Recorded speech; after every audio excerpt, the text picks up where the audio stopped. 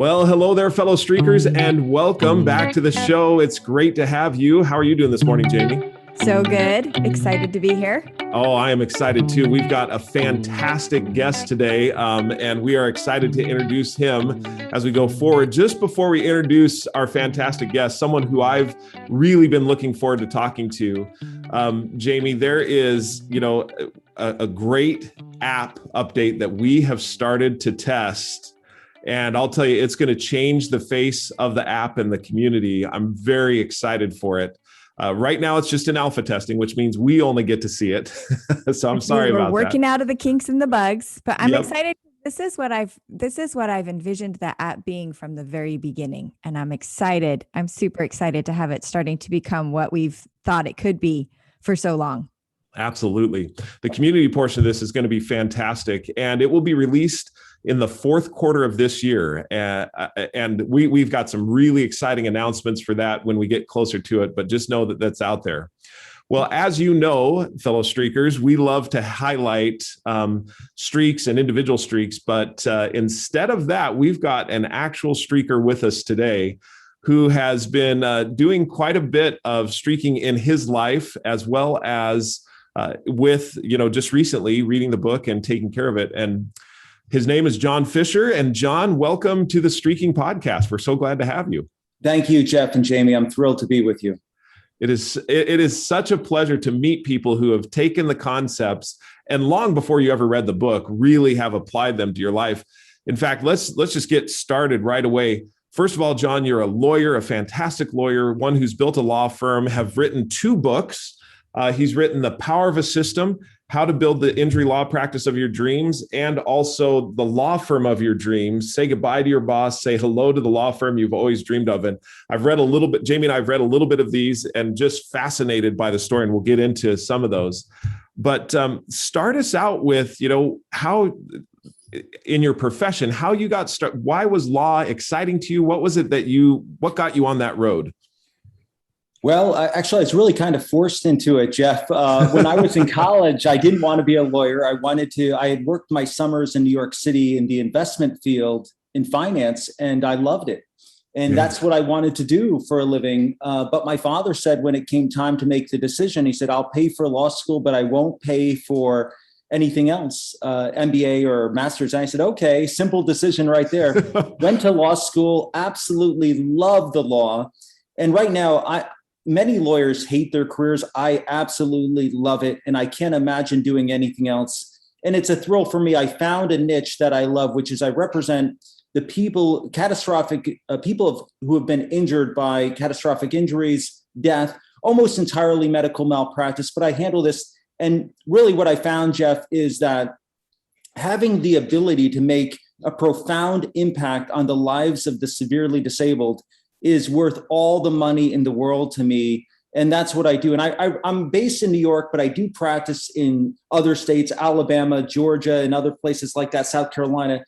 And I really love the practice of law. And that's really what led us to meeting each other through a 4 disciplines of execution workshop for a national mastermind that I founded and run. That is fantastic. Well, there is so much to unpack right there. Let's go back just a little bit. So you said your dad was like, look, I'll pay for law school, but nothing else. So he was a lawyer then, or? My father was a lawyer. He's now deceased. And he basically was a real estate lawyer, very successful. I realized early on, it just was not interesting to me to do that. And I didn't know what to do. And as it turns out, a young African-American male came into my office one day, about 30 years old. He had been horribly brain injured in a bus wreck. And I had no idea what to do. But this young man couldn't find an attorney. And I said, well, I don't know what I'm doing, but I'll figure it out. Now, did you work at a firm at this point in time? So This wasn't your own law firm yet. You were working for a firm, right? Working for a firm. I kind of got into learning about brain injuries and everything else. And I was absolutely fascinated by it. And more I worked on it, I realized this is what I was meant to do, is representing the profoundly disabled in litigation. And this young man, I went through the whole process with him. And then what I did, Jeff and Jamie, is I jumped off a cliff and I said, cold turkey, this is all I'm going to do for the rest of my life. And so I stopped doing everything else. No more real estate closings, nothing like that. No transactional work. And since that time, I've been thrilled. And I can't imagine that people will actually pay me money for the work that I'm doing because I enjoy it so much. So it's really great. Yeah. So and I was reading now, so you worked for a firm for quite some time before you started your own law practice. Take us a little bit through that journey as far as what was it that you, as you went through this, I mean, there was a point in time where everything the changed. firm, something changed. I mean, you're like, you know what, I've got to transition, or you were transitioned maybe against your will, but take us through that a little bit. Well, it was June 2nd of 2010, and the senior partners of the firm called me in. I had worked there for 14 years. So most of my career had been in just this one firm, pretty much 90% of it. They called me into a meeting. I had a lot of success. I had developed a really strong client base. And they just sort of said, John, it's time we part ways. Very amicable. I showed nothing but gratitude for everything that they had taught me. This is a nationally prominent catastrophic injury law firm. And the two founders of it are wonderful people, taught me everything I know. And so they let me go. I had 3 little kids. I have 3 adopted children from Russia. And I've got my wife, who at the time was not working, 3 little kids. And I'm like, what do I do now? Right. This is really scary. It dawned on me immediately, I'm not going to have a paycheck next week. I'm like, so Jeff, what I did, and Jamie, what I did was I had figured out earlier in my career that business development is the most important thing that we do. And so it really doesn't matter how good we are at the technical stuff, because if we don't have clients, we can't use our technical abilities. Right. So earlier in my career, I had spent a lot of time immersing myself in learning business development. And I've learned how to sort of get cases and do other things. And so what I did was I took my clients with me. About 4 months after I was fired, I settled a case for $2 million. And since that time, I've just kept building on it. And I kept building one little thing at a time in terms of our processes and systems. And it turns out getting fired from that law firm was the best thing that ever happened to me. So I didn't know it at the time because you're stressed and you're anxious. And I've got 3 little kids and my wife at home, and I'm worried about putting food on the table. Yeah. Right. But at that time, it was just a wonderful thing. Sometimes when bad things happen to us, good things happen from the bad. And that's really what happened for me. Wow. So when you, there's two streams we want to go down here, because I'm really interested about you adopting your children as well. Let's stay on the lawyer stream for just a second. And then if you don't mind, I'd love to go back and revisit just your decision, you and your wife's decision to adopt children. That's another really fascinating thing as well, I'm sure. Was there a point when you were working for the law firm that you wanted to start going out on your own? Was it something that you had thought about it, or was it, you know what I mean? Was there a point where you're like, you know what, I'd like to start one on my own at some point? Well, the reality was the money was too good, and I was too comfortable at that time. They paid me just enough money where I wouldn't be tempted to go out on my own. And so I paid all of our bills. We would go on nice vacations to Europe and things like that. And our kids were in private school. And so everything was kind of good. My wife didn't have to work. We had some good savings. And so, I was comfortable. But being comfortable is not what life is about. Being uncomfortable is what life is truly about. And putting yourself into an area where you're not really sure. And the one thing that I've learned, Jeff and Jamie, throughout my life is that all of the troubles and problems that I've had in my life have built me into the person that I became. They've developed character. And when you put yourself through fire and really hard circumstances, if you survive, you become a stronger person through it. So I don't regret any mistakes and failures, and I've had more than my share. The one thing that I've learned in my life is just trusting in God about the outcome is something that's so important, that there's a reason for things. And if something bad happens, trusting in God is always my fallback position now, but it wasn't always that way.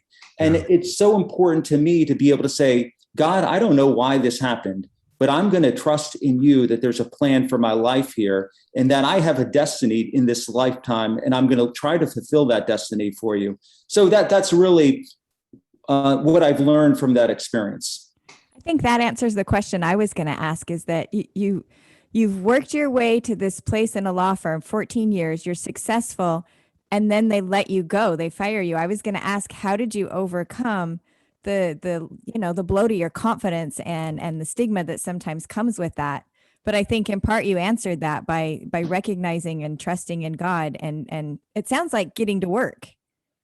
Absolutely, getting to work and knowing that that there's a plan for my life, and my role in this life is to fulfill that destiny, and that destiny really more than anything else is maximizing the abilities that I've been given, and those abilities are enough. They're not the best, but they're enough to get me to succeed in the things that I do now. So there's lots of attorneys who are much better, more skilled than I am.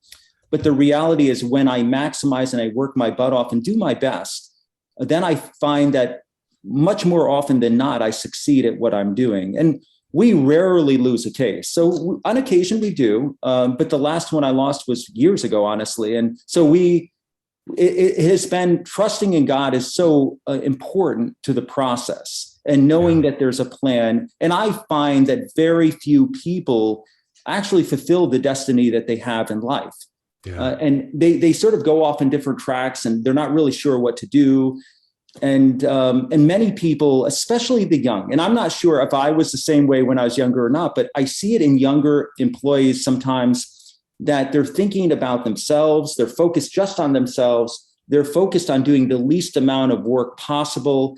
And they're focused more on hedonistic things like, what can I eat or drink that will make me happy? Well, none of that stuff is going to actually make you happy in the big picture.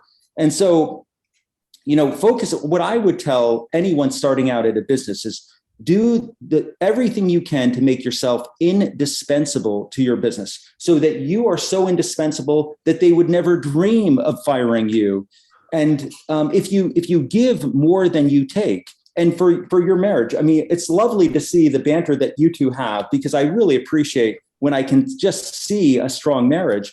And I think, what if everyone entered the marriage with the thought that, rather than what can I get out of this relationship, what can I give to the relationship? Because if you focused on 100% giving to making your spouse the happiest person in the world, you're going to have an amazing marriage, right? And it's the same thing with everything. So in our church, which fortunately with the pandemic ending, the church is full, but it's full of old people. And we don't have too many young people in our church. And the reality is, most young people would go to church and say, I'm not getting anything out of this. But the thought process is not what can I get, but what can I give back to my relationship with God? Yeah. And if you're spending time and thinking about nurturing that relationship with God or your spouse or your best friend, then you come out the winner every single time. What I've learned, Jeff and Jamie, in my career is that when I give without any expectation of getting anything in return, it comes back to me tenfold. And so if I give to our mastermind and I just give them enormous value, I don't worry about, am I getting back the money that I need to cover all this? Forget it. I've had every event I had, Jeff, for our mastermind, which is now 7 years old, I lose money on every single one. I don't care. It's just because the value that I get back from our members far exceeds the financial cost in terms of everything: friendships, support, sharing of wisdom, referrals, everything. It's been an absolute no-brainer for my career building masterminds. There's so many angles, John. This is why I love talking to you, because there's so much wealth and richness in what it is you're saying. The 4 areas in life that we talk about in Streaking, who you want to be, is personal, professional, physical, and spiritual. And I think you've covered all 4 of those in one way or another, which has been fantastic. I want to go back to one that we've touched on, but I think it also has to do with, as you talk about God and the inspiration that you've had and what He's given you and the direction that you've given. You and your wife adopted 3 children. Tell us a little bit about that story. What was it that happened, and how come you made that decision, and where are your children from? Paint that picture for us. Well, I'll tell you, Jeff, we went to my wife and I, when we got married, actually tomorrow is our 26th year anniversary. So wow, congratulations. That's That is so awesome. great. So when we got married, we're having difficulty having kids, and I basically sat down in prayer and I thought, God, what do you want me to do here? And I think that is the most powerful question anyone can ever ask: is what should I do? God, what should I do? Yeah. And in the classroom of silence and prayer, the answer was very clear to me. And it wasn't a Moses-like thing, but the message was there. Mm-hmm. And the message was, there are children waiting for you. And those children, as we found out, were in Russia.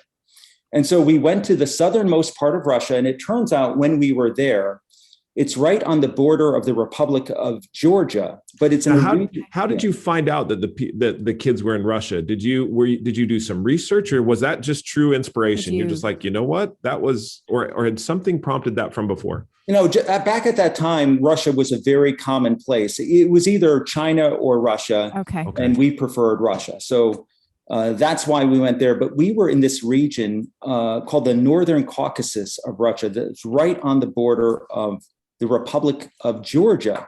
Okay. And as I found out when we were there, they were in the midst of a real kind of insurrection. It was the Chechen Wars. So Chechnya, which is very close to where our kids are from, was actually having warring and bombs were going off and things like this. It was crazy. Wow. And so we get there, and the experience was we'd go to orphanage. And before we did this, Jeff and Jamie, we were told that we instantly would know who our children were as soon as we met them. And I thought, that's ridiculous. That's not going to happen. And so we went from a few different orphanages, and I was like, I don't feel any special connection to any of these kids. I mean, they're beautiful babies, but I don't feel a bond. Right. And then we went to like a third or fourth orphanage, and they brought out in these little bundles 2 little baby twins, a boy and a girl, whose name were Boris and Lilchka. And Boris, and from the moment we saw them, we knew these are our kids. It was just an amazing experience to see that. Wow. Because there was no doubt at all in my mind. Those are our kids. It was like God was bringing them to us. And so the kids are less than 1 year old. And then about half an hour later, we happened to see another boy, and they called him the dancing baby boy, because when he's in the crib, he's bouncing up and down like this. And his name was Oleg. And we saw him, we're like, that's our son. And then we're like, well, wait a minute. So we went home to our apartment in Russia later that night. And I said, God, in the classroom of science, what is the plan here? Because we don't have any children. We're not sure how to care for one. How can we care for 3 little babies at the same time? And the message that I got in the classroom of silence with God was, these children are my gift to you. And so it was very clear to me. And in the classroom of silence, I knew what to do. And so we said, these are our children.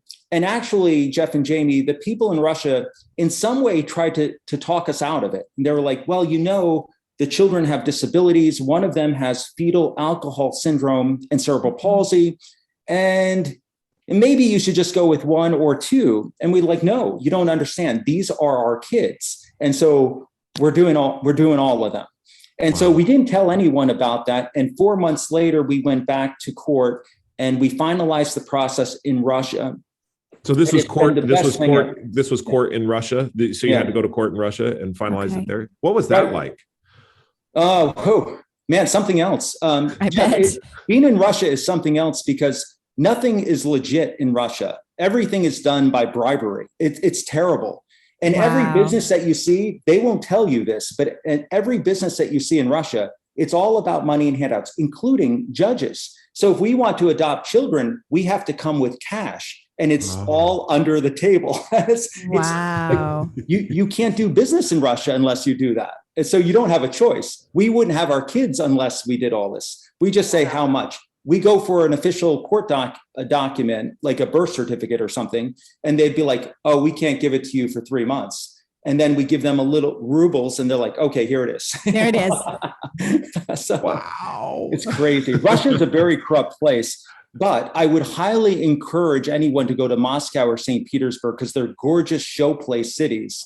And the rest of Russia is kind of decrepit, falling apart. due to the communist system, really did not serve the people well there. But it's a fascinating place. Wow. Wow. So what did you have a question, Jamie? I was just going to say, so you came home with 3 children. How old were they when you came home with them? A year old. All 3 of them were a year All old. 3, same age. 2 of them are biological twins. Okay. Yes. So you did basically go from no family to Insta family. Just add water and you have triplets. Absolutely. Wow. And every night was like being at a battlefield in Vietnam, because one kid was crying, the next was crying, and we're like running around from one place to the next. My wife was an absolute saint. She did an amazing job. And ultimately, actually very quickly, we made the decision to get au pairs because we needed help. It was too much. Right. So that's what we did. Yeah. So how old are your children today?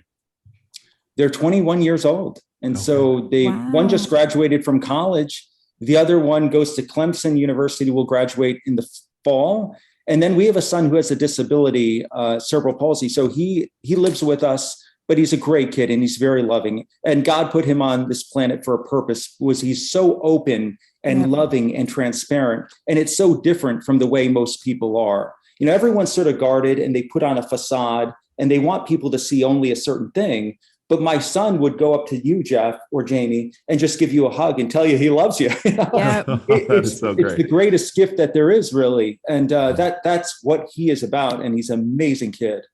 I love that. I love I love the way that you say that's a gift, because I do believe that when you have those significant disabilities and their ability to teach us how to genuinely love is a real thing. They really do teach us how to do it uninhibited. Well, you know, I read an article in Europe, in Western Europe. They were proud of the fact that what they've described as they've eliminated Down syndrome because they can identify it through blood work during a woman's pregnancy, and then they terminate the pregnancy. And I said, that is an absolute horrible thing. Because the people who have Down syndrome, number one, they are so grateful and excited to be alive, more than the average person would be. Right. And they are so giving. I mean, their gifts are different than the average person, but they're so loving, transparent, and open that there's a reason why they're on this planet.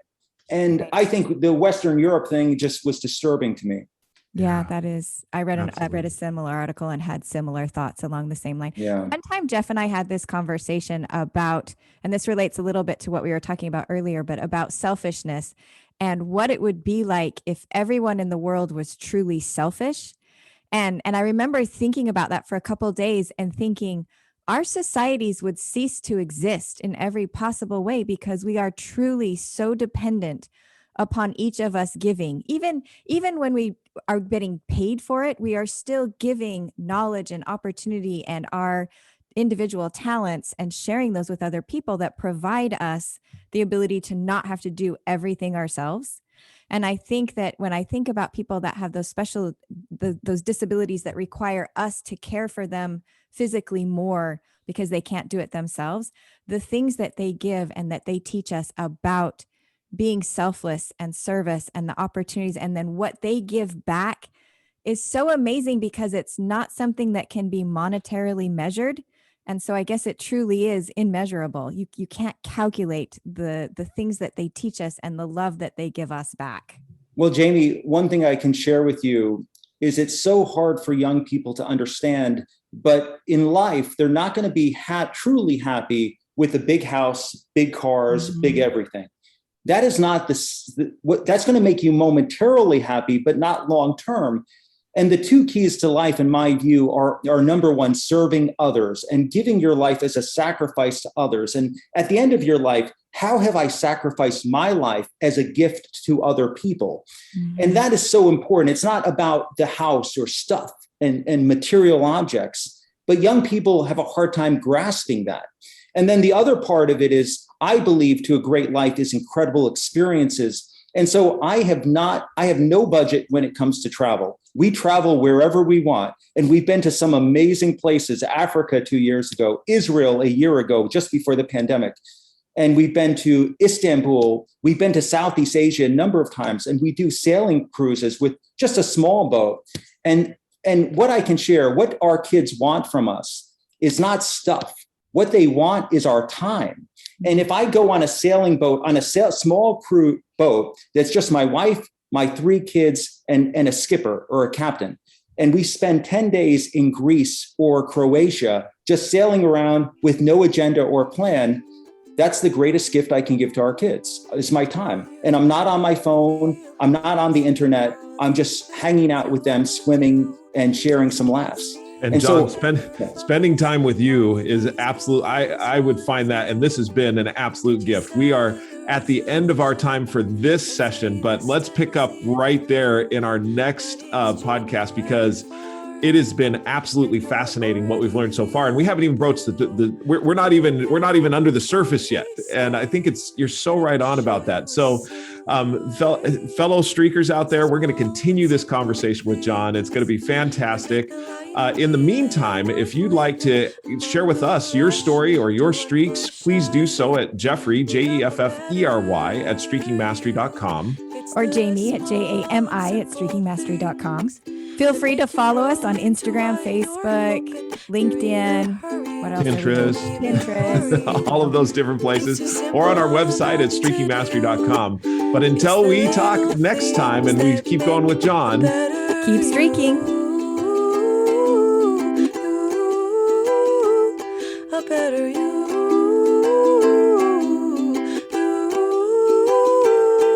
It's the little things that make a better